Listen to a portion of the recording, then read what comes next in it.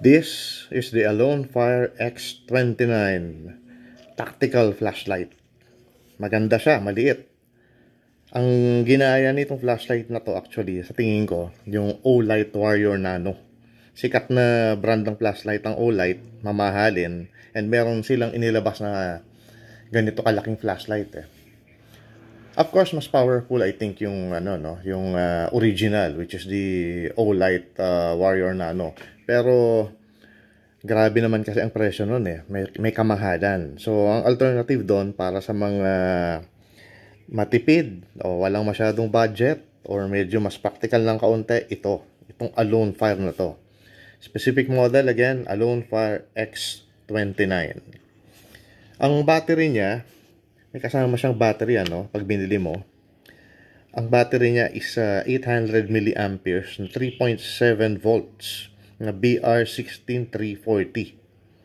Ito, ang equivalent nito actually is yung CR123A na ginagamit commonly sa mga camera, sa mga digital camera, sa mga film camera.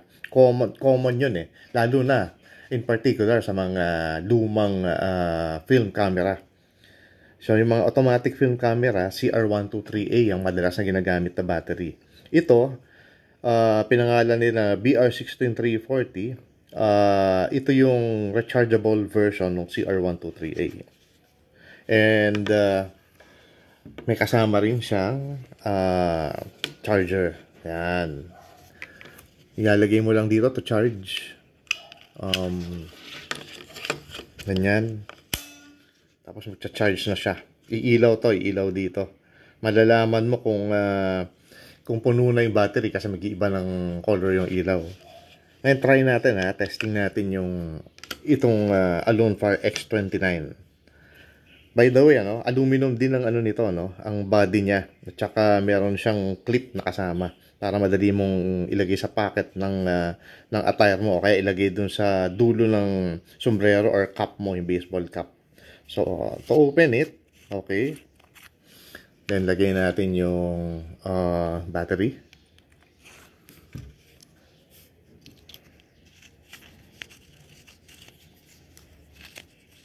Okay.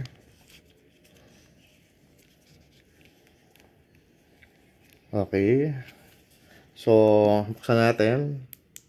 Yan yung ilaw niya, Hindi naman siya na ifo-focus kasi isang lang siya.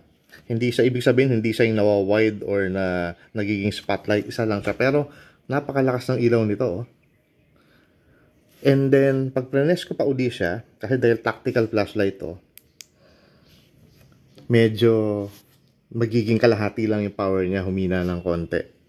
Another press. Okay. Magiging blinking light siya. Yan.